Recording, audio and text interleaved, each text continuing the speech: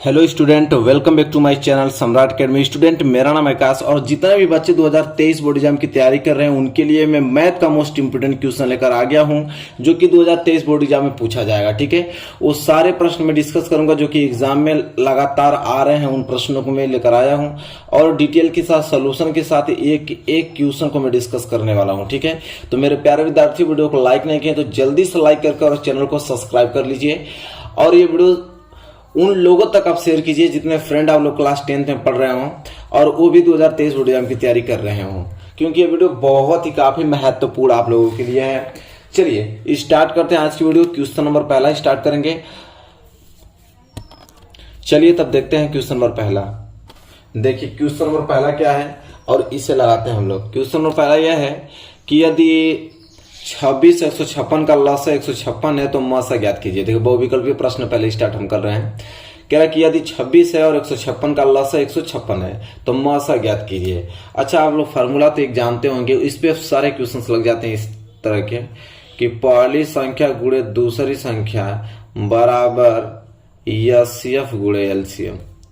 यस्यफ गुणे एलसीएम, तो यहां से आपको यस्यफ पूछा, यस्यफ मतलब मसा, तो यहां से यस्सी पूछा तो यस्सी बराबर फार्मूला बन जाएगा क्या, पहली संख्या गुणे दूसरी संख्या बटे में एलसीएम। यह फार्मूला बन जाएगा। अब करना कुछ नहीं, बस आपको रखना है। तो देखिए एचसीएफ हम निकालने जा रहे हैं, एचसीएफ। तो एचसीएफ बराबर क्या आएगा, पहली संख्या गुणे दूसरी संख्या। पहली संख्या क्या है 26, दूसरी संख्या क्या है 156 और बटे में एलसीएम। एलसीएम कितना है, तो इन दोनों का एलसीएम 156 दे रखा है, तो एलसीएम क्या रख देंगे 156। 156 से 156 कैंसिल हो गया और एचसीएफ कितना आ गया यहाँ पे 26। एचसीएफ कितना आ गया 26 आ गया। देखिए दिया है यहाँ पे, हाँ तो बिल्कुल दिया होगा। तो इसका जो पहले का मैं यहाँ पे आंसर लिखता हूँ, पहले का जो आंसर होगा वो आ गया ऑप्शन नंबर बी।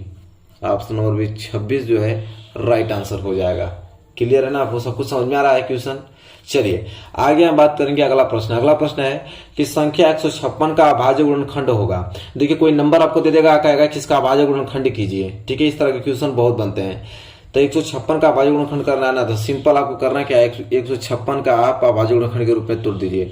अभाज्य गुणनखंड के रूप में तोड़ने का मतलब होता है कि आप इसका एलसीएम निकाल लीजिए। बात से साफ, 2 से कटाएंगे 2 7 14, 2 8 16, 2 से कटाएंगे तो 2 3 6 2 9 18, 3 से कटाएंगे तो 13 3 39, फिर 13 से कटेगा तो पूरा कट जाएगा। तो 156 को मैं क्या लिख दूंगा, तो 156 बराबर 2, या 2 बार है ना तो लिखूंगा 2 पे पावर 2, गुणे क्या लिखूंगा 3 और गुणे क्या लिख दूंगा 13। तो 156 का अभाज्य गुणनखंड टूट गया कि नहीं, 2 पे पावर 2 गुणे 3 गुणे 13। देखिए कोई दिया है ऑप्शन में, देखिए 2 पे पावर 2 गुणे 3 गुणे 13, ऑप्शन नंबर बी दिख रहा है ना, यही राइट आंसर होगा। तो यहाँ पे लिख भी देता हूं मैं कि क्वेश्चन नंबर दूसरा का बी, क्वेश्चन नंबर दूसरा का बी जो कि है 2 पे पावर 2 गुणे 3 गुणे 13, यही क्या हो जाएगा राइट आंसर हो जाएगा। बात खत्म। चलिए आगे आइए। अगला यहाँ पे कि निम्न में से कौन सा अभाज्य संख्याओं का युग्म है। अब अभाज्य ये प्रश्न बनता है। अब हमसे पूछ दिया यहाँ पे कि अभाज्य संख्याओं का युग्म, थोड़ा सा देखेंगे पहले, युग्म जान लेंगे तभी तो। अभाज्य संख्या का युग्म, युग्म मतलब जोड़ा, कोई दो संख्या होगा। तो कह रहा है कि अभाज्य संख्याओं का युग्म कब होगा, जब कोई नंबर मान लेते हैं ए और बी, कोई दो नंबर है। अगर इन दोनों नंबर का अगर मैं एचसीएफ निकालता हूं, एचसीएफ आ जाता है 1, तो समझ लीजिए कि ये दोनों जो है ना अभाज्य संख्याओं का युग्म बना रहे हैं। तो इसी तरह आपको अलग अलग चेक करना पड़ेगा। जैसे 14 और 35 है, तो 14 35, 14 को मैं क्या लिख सकता हूँ, यहाँ पे देखिए 14 को मैं लिख दूंगा 2 गुणे 7, 35 को मैं लिख दूंगा कि 5 गुणे 7। ठीक है, तो यहाँ पे अगर मैं इन दोनों की एचसीएफ की बात करूं तो एचसीएफ क्या होगा, तो जो कॉमन मिलता है तो कॉमन यहाँ पे 7 मिल रहा है, तो एचसीएफ 7 हो गया। तो ये तो ऑप्शन होगा नहीं। ठीक है, अब ऑप्शन बी चेक करेंगे। तो ऑप्शन बी 18 को मैं क्या लिख दूंगा यहाँ पे, 18 को यहाँ पे अगर एलसीएम लेता हूँ तो ये निकालेंगे ना, 2 9 18, 3 3 9 3 कम 3। 18 को मैं लिखूंगा 2 गुणे 3 पे पावर 2 और एक आपका 25 है, 25 को लिखा जाएगा 5 पे पावर 2। तो देखिए यहाँ पे कोई कॉमन मिल रहा है, कुछ कॉमन है, यहाँ पे 2 है, यहाँ पे नहीं है, यहाँ पे 3 है, यहाँ पे नहीं, यहाँ 5 है तो ऊपर 5 नहीं है। कुछ कॉमन नहीं मिल रहा है तो एक कॉमन तो छिपा होता है सब में, जिसमें कुछ कॉमन नहीं मिले उसमें एक कॉमन छिपा होता है। इसलिए 18 और 25 का एचसीएफ कितना गया 1, जब HCF 1 आ गया तो मतलब यह सभाज्य संख्याओं का युग्म बना रहा है। ठीक है, तो इसलिए आंसर जो है किसका, तीसरे का, आंसर तीसरे का बी राइट आंसर हो जाएगा। तीसरे का बी 18 और 25, देखिए दिया भी है 18 और 25 दिया ना, तो ये सभाज्य संख्याओं का युग्म बन गया। चलिए आगे हम बात करें तो अगला है कि शांत दशमलव संख्या में व्यक्त हो सकने वाली परिमेय संख्या होगी। अब हमसे पूछा है कि शांत दशमलव संख्या में व्यक्त हो सकने वाली परिमेय संख्या बताइए। तो देखिए शांत संख्या में शांत और अशांत क्या होता है, तो देखिए कोई परिमेय संख्या है P/Q, तो P से हमसे मतलब नहीं है, हमसे सिर्फ मतलब होना चाहिए Q से। अगर Q का अभाज्य गुणनखंड करते हैं, Q का अभाज्य गुणनखंड समझिए ध्यान से, अगर Q का अभाज्य गुणनखंड करते हैं और वह 2 पे पावर n गुणे 5 पे पावर m के रूप का आ जाए, ठीक है, या सिर्फ 2 पे पावर n के रूप का आ जाए, या तो सिर्फ 5 पे पावर m के रूप का आ जाए, सिंगल सिंगल, या तो 5 पे पावर m आ जाए या तो 2 पे पावर n आ जाए, या तो दोनों साथ में ही आ जाए, तब तो होगा वह अशांत। और इसके अलावा कोई और इसमें सम्मिलित हो गया तो समझ लीजिए हो जाएगा वह अशांत। अगर इसके अलावा कोई और आ गया तो अशांत हो जाएगा। तो चलिए हमसे यही पूछा है कि शांत दशमलव संख्या में व्यक्त हो सकने वाली परिमेय संख्या होगी। देखिए पहला चेक करते हैं कि शांत है कि नहीं। तो पहला आपका है 77/210। तो 77 से तो मतलब है नहीं, हमें मतलब है 210 से।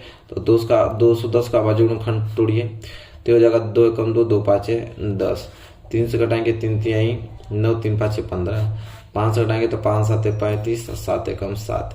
तो जब हम 210 का देख रहे हैं फैक्टर तैयार है 2 गुणे 3 गुणे 5 गुणे 7, तो अशांत न होगा, क्या होगा अशांत। इस रूप का तीनों में से कोई रूप दिख रहा है नहीं, तो क्या हो जाएगा अशांत। देखिए 2 पे पावर 1 दिख रहा है, 5 पे पावर भी 1 दिख रहा है, ठीक है, ये 3 है, लेकिन ये 3 और 7 क्या कर रहे हैं, सिर्फ 2 और 5 होना चाहिए, या तो सिर्फ 2 हो या तो सिर्फ 5 हो, तभी वो अशांत होगा, अन्यथा कोई दूसरा आ जाएगा तो अशांत होगा। जैसे में यह पहला अशांत हो गया। इसके बाद दूसरा चेक करते हैं, ठीक है, कि दूसरा क्या होगा। जैसा कि देख पा रहे हैं दूसरा भी अशांत होगा, क्योंकि 2 पे पावर 2, 5 पे पावर 7 है, लेकिन 7 पे पावर 5 बीच में कहां से आ गया था, ये भी अशांत है। इसको देख लेते हैं 13/3125। तो 13/3125 ये तो P है, Q से हमको मतलब Q हमारा है 3125। 3125 का फैक्टर करेंगे तो 5 से कटाएंगे तो 5 1 30, 5 दूनी 10 50 25, 5 से घटाएंगे तो 5 कम 5, 5 दूनी 10 50 25, फिर 5 से घटाएंगे तो 25 5 125, फिर 5 से घटाएंगे तो 5 50 25, 5 से घटाएंगे तो 1। मतलब जब हम 125 का फैक्टर कर रहे थे यार 5 पे पावर 5, तो 5 पे पावर 5 आ रहा था, काम बन गया ना, इस रूप का हो गया ना, 5 पे पावर m रूप का हो गया, ठीक है। तो ये क्या हो जाएगा शांत, बात खत्म। तो कौन सा ऑप्शन शांत होगा, तो चौथे का सी राइट आंसर हो जाएगा।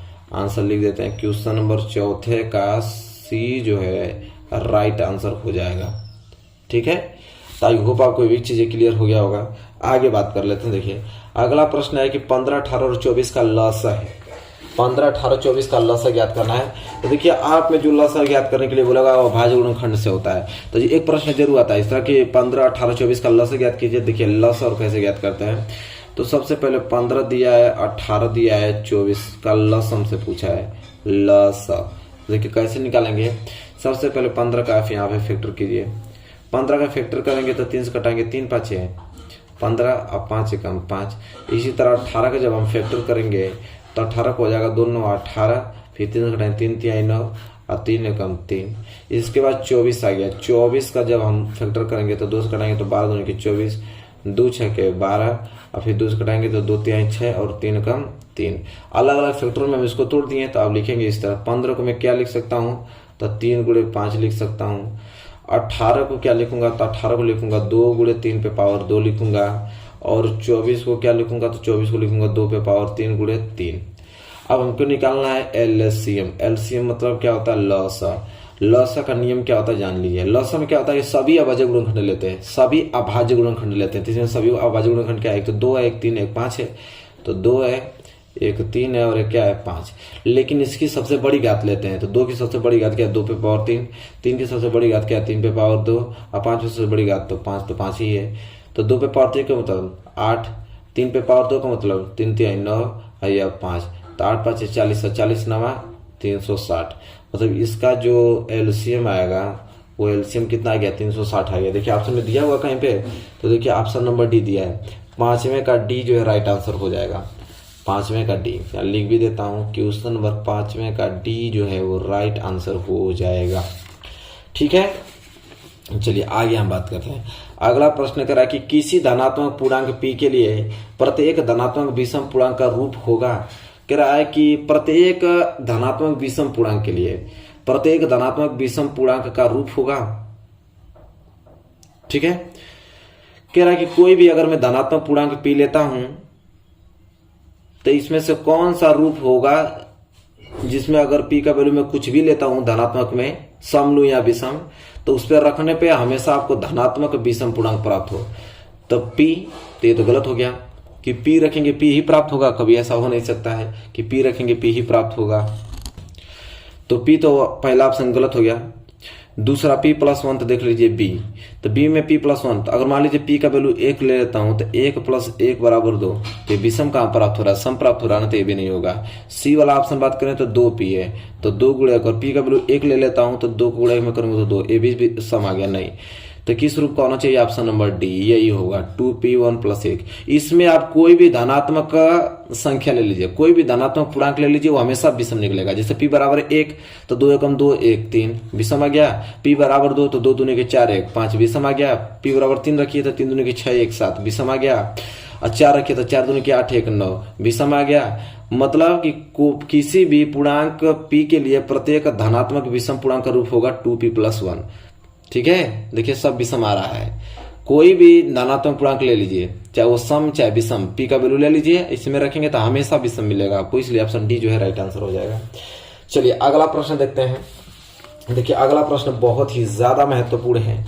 कह रहा है कि सिद्ध कीजिए कि 6 + करण में 2 एक अपरिमेय संख्या है। 4 नंबर के लिए प्रश्न आता है। कह रहा है कि सिद्ध कीजिए कि 6 + करण में 2 एक अपरिमेय संख्या। देखिए कैसे सिद्ध करेंगे, ध्यान से समझिए, एक एक स्टेप समझिएगा। तो लिखेंगे हम लोग सबसे पहले कि माना 6 + करण में 2 एक परिमेय संख्या है, उसका विरोधाभास मानेंगे, उल्टा मानेंगे। उसमें अपरिमेय संख्या सिद्ध करने के लिए दिया है ना, तो हम पहले उसको परिमेय मानेंगे। माना 6 + करण में 2 एक परिमेय संख्या है, एक परिमेय संख्या है। यहां तक चीजें क्लियर है सबको। जब हमने इसको परिमेय संख्या मान लिया तो लिखेंगे कि माना 6 + करण में 2 बराबर परिमेय संख्या है, तो p/q के बराबर हो जाएगा, और यहाँ पे q जो है वो 0 के बराबर नहीं होना चाहिए। ठीक है, यहाँ तक सभी लोग कर लेंगे। इसके बाद देखिए, जब भी करड़ी वाला चीज आ जाना है तो आप यह कोशिश कीजिए कि करड़ी को एक साइड रखें, बाकी सबको उधर भेज दें। तो करड़ी को अगर मैं एक साइड रख दूंगा तो हो जाएगा करड़ी में 2 बराबर p/q, अब प्लस से उधर जाएगा तो हो जाएगा -6। यहाँ कुछ नहीं तो मानिए 1, यहाँ पे उतर जाएगा आपका करड़ी में 2 बराबर एलसीएम कितना हो जाएगा q से q कैंसिल तो बच जाएगा p -1 का भाग q में देंगे तो q का गुणा 6 में करेंगे तो हो जाएगा 6q। अब यही आपका समीकरण नंबर क्या हो गया, पहला। यही हो गया आपका समीकरण नंबर पहला, ये समीकरण पहला है। इसके बाद हम ये चीज देखेंगे कि हम लोग जानते हैं कि परिमेय संख्या जो p/q होता है, तो यहाँ p भी पूर्णांक होता है और q भी पूर्णांक होता है। तो हम लोग जानते हैं परिमेय संख्या का आइडेंटिटी है भाई, कि p भी पूर्णांक होता है, q भी पूर्णांक होता है। तो हम लोग लिखेंगे कि चूंकि p व q पूर्णांक है, तो p और q पूर्णांक है, तो बताइए कि q तो पूर्णांक हो गया, तो ये भी चीजें जो ऊपर लिखा है p-6q ये भी पूर्णांक होगा। तो लिखेंगे इसलिए p-6q भी एक पूर्णांक होगा, एक पूर्णांक होगा। तो आप लोग बताइए कि जब ऊपर वाला भी पूर्णांक हो गया, नीचे वाला भी पूर्णांक है, तो क्या मैं इसको परिमेय संख्या बोल सकता हूँ? p/q में लिखा है तो बिल्कुल बोल सकता हूँ। लिखेंगे इसलिए p-6q अब बटे में q एक परिमेय संख्या है, एक परिमेय संख्या है। अब परिमेय संख्या हमने इसको मान लिया, लेकिन यहां लिखेंगे लेकिन समीकरण पहला से, लेकिन समीकरण पहला से ही मालूम चला है कि करड़ी में 2 एक अपरिमेय संख्या है। लेकिन समीकरण 1 से करड़ी में 2 एक कैसी संख्या है, अपरिमेय संख्या है, ये तो सबको मालूम है। जब वह अपरिमेय संख्या है तो इसलिए ये भी क्या हो जाएगा, अपरिमेय संख्या, इसलिए p माइनस 6q बटे में q भी क्या हो जाएगा, अपरिमेय संख्या, अपरिमेय संख्या। तो विरोधाभास हो गया। इसे अभी हमने परिमेय माना था और इसी को हमने अब अपरिमेय मान लिया, मतलब कि मेरा विरोधाभास है। तो लिखेंगे इसलिए हमारा पूर्व कथन, अतः इसलिए हमारा पूर्व कथन विरोधाभास है। विरोधाभास में तो उल्टा है, अभी हमने इसको परिमेय सिद्ध किया, अभी हम इसको अपरिमेय सिद्ध करते। विरोधाभास है ना, इसलिए हमारा पूर्व कथन विरोधाभास है, इसलिए हमारी कल्पना गलत है। जो हमने कल्पना किया था कि अब परिमेय संख्या, तो गलत हो गया, हमारी कल्पना गलत है। तब हमारी कल्पना गलत ही हो गई भाई, तो इसलिए हम कहेंगे कि 6 प्लस करड़ी में 2 एक अपरिमेय संख्या है, एक अपरिमेय संख्या है, अपरिमेय संख्या है। समझ में आई बात? तो इस तरह पूरा का पूरा सिद्ध हो गया। तो करड़ी वाला बहुत सिंपल होता है, ठीक है, आराम से इसको सिद्ध कर पाओगे। तो आई होप आपको क्लियर हो गया होगा। 4 नंबर के लिए प्रश्न ये देगा ही देगा, इसमें कोई रोक नहीं सकता आप लोगों को। चलिए आगे हम बात करें तो अगला प्रश्न देखेंगे। अगला प्रश्न देखिए, यह है, क्या है, कह रहा है कि परिमेय संख्या 129 बटे 2 पे पावर 3 गुणे 5 पे पावर 7 का शांत दशमलव प्रसार ज्ञात करना है। दशमलव प्रसार, अब हमको एक नंबर दे दिया है क्या कि 129 बटे यहाँ पे दे चुका है हमें 2 पे पावर 3 गुणे 5 पे पावर 7। अब इसका हमें बताना है कि शांत दशमलव प्रसार क्या बताना है, देता है क्वेश्चन, ठीक है, एक क्वेश्चन देगा आप लोगों को कि शांत दशमलव, ये तो बोला है कि शांत दशमलव प्रसार में लिखना है इसको, शांत दशमलव प्रसार में। तो चलिए मैं आपको बताता हूँ कि कोई भी इस तरह आपको शांत परिमेय संख्या दे देगा, उसको कहेगा कि शांत दशमलव प्रसार में कैसे लिखते हैं, ठीक है। तो देखिए यह है कि आपका 129 बटे दिया है 2 पे पावर 3 गुणे 5 पे पावर 7। देखिए क्या होता है ना कि जैसे मैं 5 लिखता हूं तो 5 बटे अगर मैं 100 लिख दूंगा, कहूंगा भाग दीजिए, तो आप आसानी से भाग दे पाओगे। तो इधर 2 0 है तो यहाँ पे 2 संख्या लगा देंगे, 5 तो है, 1 0 लगा देंगे, अब 0.0 ये आंसर हो जाएगा। अगर मैं कहूंगा कि 8 है 84 है, इसमें आप इतना का भाग दीजिए, तो आप कहेंगे बहुत सिंपल है, 1 2 3 4 5 0 है तो 1 2 संख्या ऐसी होगी, 3 संख्या और चाहिए तो 3 हम 0 बढ़ा देंगे, बाकी 10 लगा देंगे, ये आंसर हो जाएगा। अगर मैं कह दूं कि चलिए 526 बटे 928 है, अब भाग दीजिए, तो क्या भाग दे पाएंगे? नहीं। मतलब नीचे अगर 10 की घात में कोई संख्या है, जैसे यहाँ पे 10 की घात 2 है, यहाँ पे 10 की घात कितनी है, 1 2 3 4 5, 10 की घात 5 है, तो नीचे अगर 10 का घात बन जा रहा है तो हमें भाग देने में आसानी हो रही है। इसलिए हमारी कोशिश रहेगी कि नीचे में 10 की घात बनाऊं, तो यहाँ पे 5 दूनी के 10 बन जाएगा, लेकिन घात बराबर नहीं है, ये 7 है और ये 3 है, तो इसको भी मुझे 7 करना पड़ेगा, तब ये रूपांतरित हो पाएगा। घात दोनों का सेम होना चाहिए, क्योंकि फॉर्मूला यही ना होता है। जैसे मैं कह दूं कि a पे पावर m गुणे b पे पावर m, देखिए इन दोनों का आधार सेम है ना, तो इसको मैं लिख दूंगा a गुणे b और पे पूरा पावर m। तो पहले घात तो बराबर कीजिए, घात बराबर कैसे होगा देखिए, तो यहाँ पे 2 पे पावर 3 है, 4 घात और चाहिए तो 7 घात हो जाएगा, तो इसलिए हम क्या करेंगे 2 पे पावर 4 का गुणा कर देंगे, तब यह 7 घात हो जाएगा। आधार सेम होती है तो घातें जुड़ जाती है, मालूम है ना। तो 2 पे पावर 4 ऊपर गुणा कीजिए, नीचे कर रहे हैं तो ऊपर भी कीजिए, ठीक है। तो ऊपर हो जाएगा आपका 129 गुणे 2 दूनी के 4, 4 दूनी के 8, 8 दूनी के 16, ठीक है। और ये हो जाएगा आपका यहाँ से 2 पे पावर कितना 7 और गुणे 5 पे पावर 7, ठीक है। अब यहाँ से अलग लिख सकते हैं, इसको ऐसे लिखेंगे 129 गुणे 16 बटे में ये हो जाएगा 2 गुणे 5 पे पावर कितना 7 हो जाएगा। अब यहाँ से इसको निकालेंगे तो हो जाएगा 129 गुणे 16 बटे 5 दूनी के 10 पे पावर कितना हो जाएगा 7 हो जाएगा। अब यहाँ पे गुणा कर लेते हैं, गुणा करने पे आ रहा है 2064, गुणा करने पे 2064 और नीचे 10 पे पावर 7 है, तो 1 2 2 4 2 6 7 को 0 में बढ़ा दिया। अब ये तो आसान है, 7 को 0 पर लगेगा तो 1 2 3 4, तो 4 संख्या तो खुद ही ऐसे है, 3 संख्या और चाहिए तो 1 0 2 0 3 0 बटे मतलब 0.0, तो ये आ जाएगा इतना आंसर। देखिए शांत दशमलव प्रसार में हमने लिख दिया, तो यही मेथड होता है। देख पा रहे हैं कितना आसान है, एकदम आराम से इन चीजों को समझते हुए लिख पाओगे अच्छे तरीके से। आई होप आपको यहाँ तक क्लियर हो गया। चलिए अगला प्रश्न देखिए क्या है। अगला प्रश्न यह है कि सिद्ध कीजिए कि करड़ी में 5 एक अपरिमेय संख्या। अभी हमने देखा तो वो आप लोगों का अंडर रूट वाला था, और ये आपका सिंपल है कि सिद्ध कीजिए कि करड़ी में 5 एक अपरिमेय संख्या है। तो देखिए इसको कैसे सिद्ध करेंगे, ये थोड़ा लेंदी पड़ता है उससे।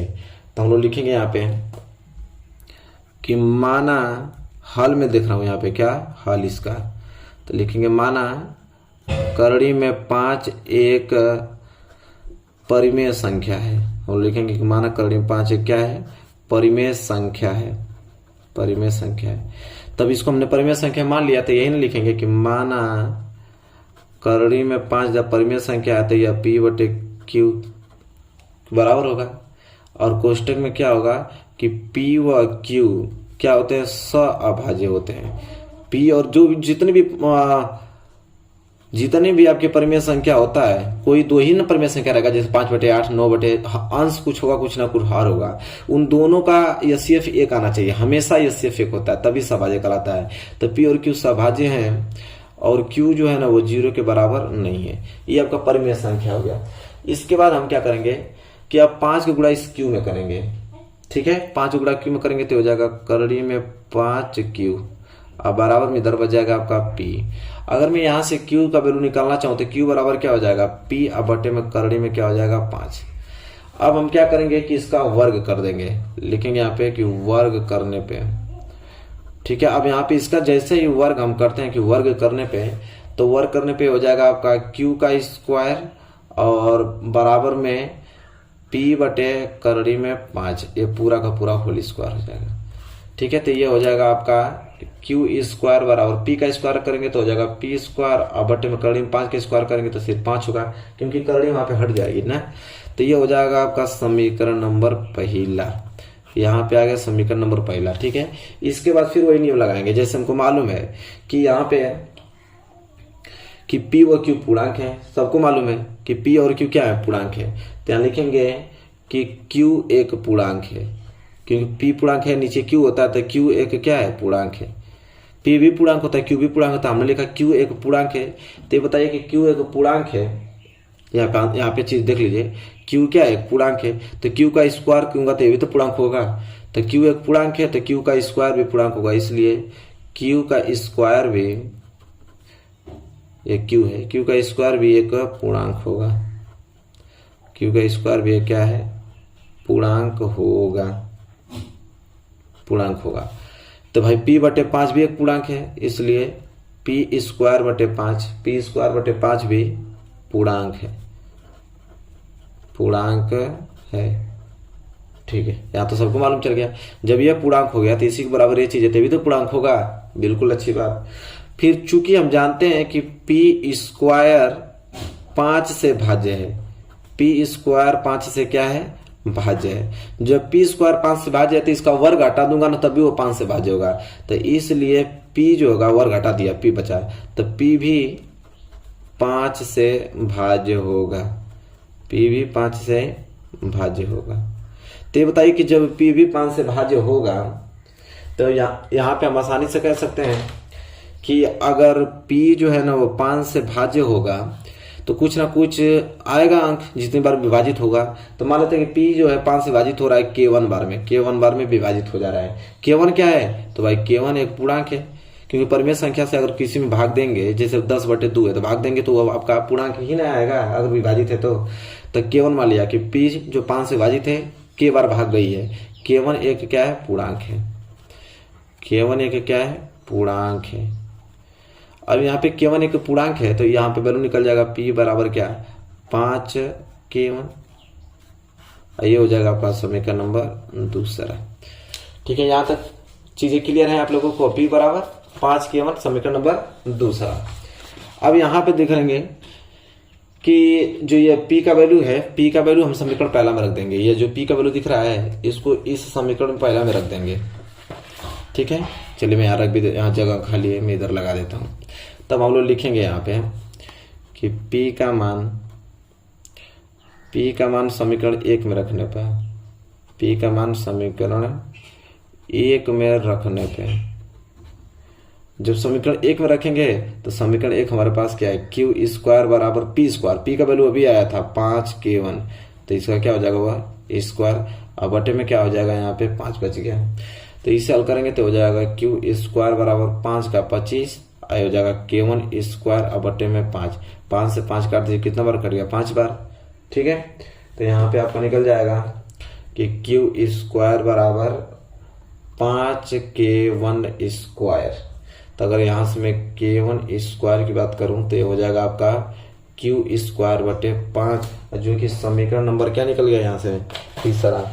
ये समीकरण नंबर क्या है, तीसरा। मैं ब्लैक पेन ले लेता हूँ। ये समीकरण नंबर क्या निकल गया, तीसरा।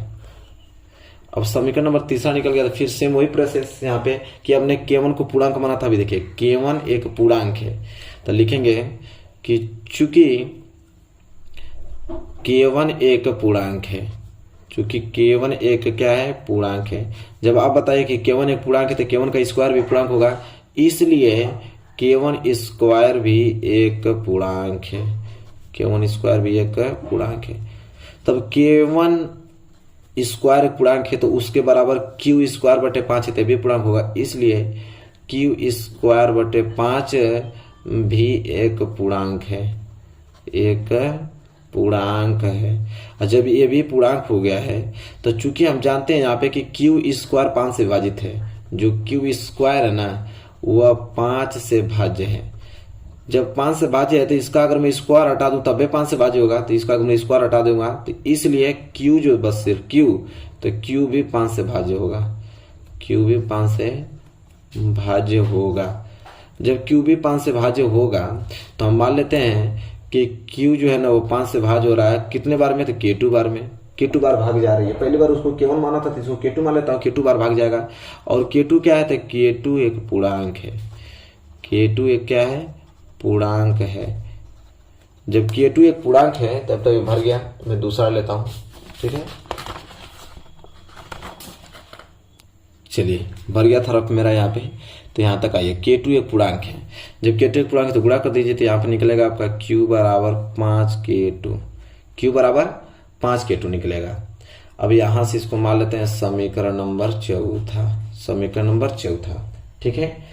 अब देखिए यहाँ पे आपको मालूम एक चीज चल रहा होगा कि हमने समीकरण निकाला था दूसरा और समीकरण चौथा। यहाँ लिखेंगे कि समीकरण 2 व समीकरण 4 से, तो समीकरण 2 और समीकरण 4 से हम देख पा रहे हैं कि समीकरण 2 हमारे था P बराबर 5K1 और समीकरण 4 है Q बराबर 5K2, ठीक है। ये समीकरण नंबर दूसरा, ये समीकरण नंबर चौथा है। ये P का वैल्यू है Q का, तो P आया है 5K1, Q आया है 5K2। तो इसमें गुणनखंड क्या है, अभाज्य गुणनखंड, ठीक है। इसमें आपका उभयनिष्ठ गुणनखंड क्या दिख रहा है, क्योंकि ये सिर्फ निकालना है हम लोगों का ना, तो उभयनिष्ठ जो गुणनखंड हमको दिख रहा है, तो 5 उसमें भी है 5 इसमें भी, तो उभयनिष्ठ गुणनखंड 5 है। तो ये बताइए कि हमने कहा कि P और Q अगर सभाज्य होगा, मतलब इन दोनों का एचसीएफ 1 आएगा तभी वो परिमेय संख्या होगा। लेकिन यहाँ पे देख रहे हैं कि उभयनिष्ठ गुणनखंड तो 5 आ रहा है, तो 5 आ रहा है, तो यहाँ पे लिखेंगे कि 5P व Q का एक उभयनिष्ठ गुणनखंड है। और होना क्या चाहिए था 1, लेकिन हो गया 5। तो P Q का एक उभयनिष्ठ गुणनखंड है, आप लिखेंगे उभयनिष्ठ गुणनखंड है। तो उभयनिष्ठ गुणनखंड है, अतः तो उभयनिष्ठ गुणनखंड हो गया था, अतः P और Q सभाज्य होगा नहीं, P और Q सभाज्य नहीं है, सभाज्य नहीं है। क्योंकि सभाज्य कब होती है, जब इनका एचसीएफ 1 आता है, लेकिन यहाँ पे 5 आ गया तो सभाज्य नहीं है, जो कि हमारी पूर्व कल्पना का विरोधाभास हो गया, क्योंकि हमने इसको परिमेय संख्या माना था, जो कि हमारी पूर्व कल्पना का विरोधाभास है, विरोधाभास है। अतः हमारी पूर्व कल्पना का क्या है, विरोधाभास है। जब हमारी पूर्व कल्पना की विरोधाभास हो गया अतः हमारी कल्पना क्या है, गलत है। अतः हमारी पूर्व कथन का ये, अतः हमारी पूर्व कल्पना चाहे कथन क्या है, गलत है। जब हमारा पूर्व कथन क्या निकल गया यहाँ पे, गलत है, तो अतः हम ये कहेंगे कि करणीय में 5 एक परिमेय संख्या नहीं है, करड़ी में 5 एक परिमेय संख्या नहीं है। और जब ये परिमेय संख्या नहीं है तो क्या है भाई, तो इसलिए करड़ी में 5 जो है एक अपरिमेय संख्या है, एक अपरिमेय संख्या है।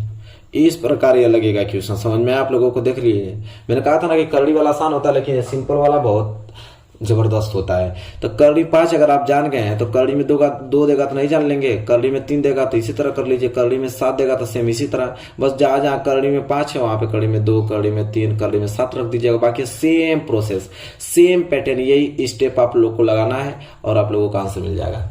तो आई होप आपको क्लियर हो गया होगा, ये क्वेश्चन समझ में भी आ गया होगा अच्छे तरीके से।